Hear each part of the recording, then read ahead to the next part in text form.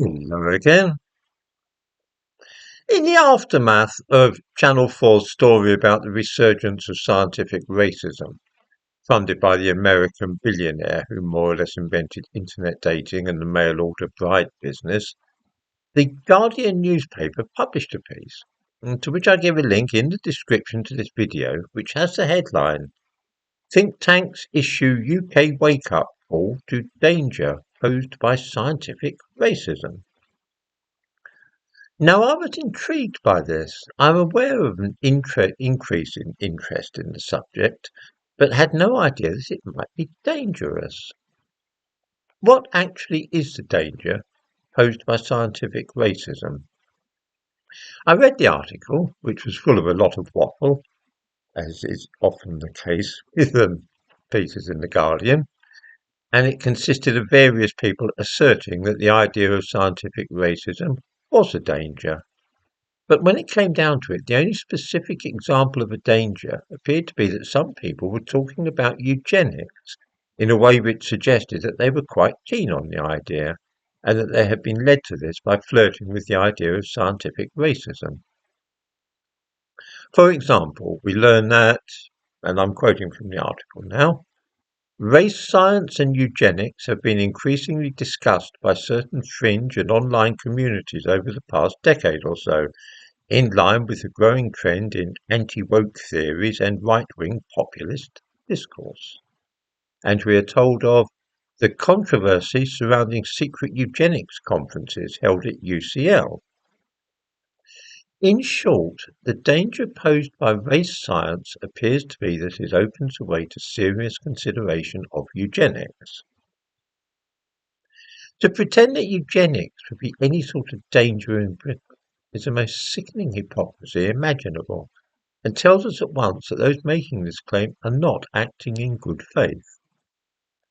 Eugenics, of course, aims to improve the genetic quality of a human population by things like selective breeding, that's either encouraging more of a certain kind of baby being born or preventing others. This preventing of certain births can be undertaken by, for example, sterilizing certain people or aborting the wrong kind of babies. We remember the experiments conducted in Nazi Germany, sterilizing what were thought to be inferior races. Is this a horrifying prospect? Modifying the population by getting rid of certain babies and stopping them being born if they are not what is felt to be suitable. I certainly think it dreadful, but then I've never been a fan of eugenics. The thing is, though, that eugenics of this kind is currently practiced on a large scale by the National Health Service in Britain, and nobody even raises an eyebrow. Most people don't even know about it. They don't care. They don't want to know. In 2020, 3,083 abortions in this country were performed on the grounds that there was, and I quote from the official reasons for the abortions, a substantial risk that if the child were born it would suffer from such physical and mental abnormalities as to be seriously handicapped. Of those 3,000 or so abortions, 27%, over a quarter, were performed because the baby was found to have what is called chromosomal abnormalities. This means Down syndrome, which is diagnosed by amniocentesis during pregnancy. In Down syndrome, there are extra copies of chromosome 21.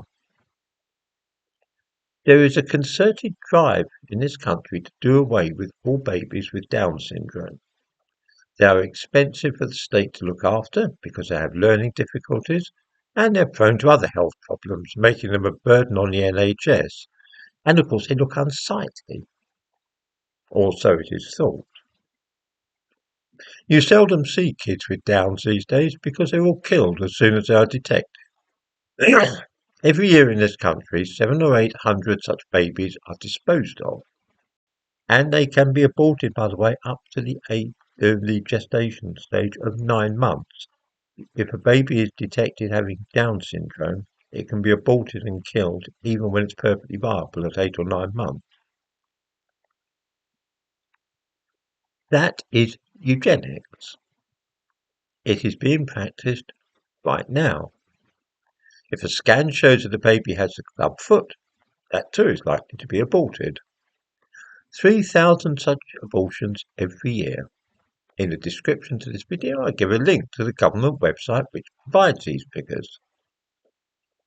As far as I can make out from that article in The Guardian, the danger of the return of race science is inextricably bound up with fears about eugenics. And yet eugenics is actively practiced in Britain at a hospital near you. This is what I meant by hypocrisy. Left-wing people in particular are very keen on eugenics. In most cases they call it a woman's right to choose. And whenever anybody talks about tightening up the rules on abortion, this is denounced in no uncertain terms by feminists and left-wingers. Eugenics only becomes a dirty word when it can be linked in some nebulous fashion to racism, but otherwise it's fine and dandy. I'm not personally in favour of aborting babies which are found to be imperfect in some way, either because they have Down syndrome or a club foot or anything else. That's because I do not like the idea of eugenics, the idea of working to make the human population perfect, or perfect according to somebody's idea, someone's concept.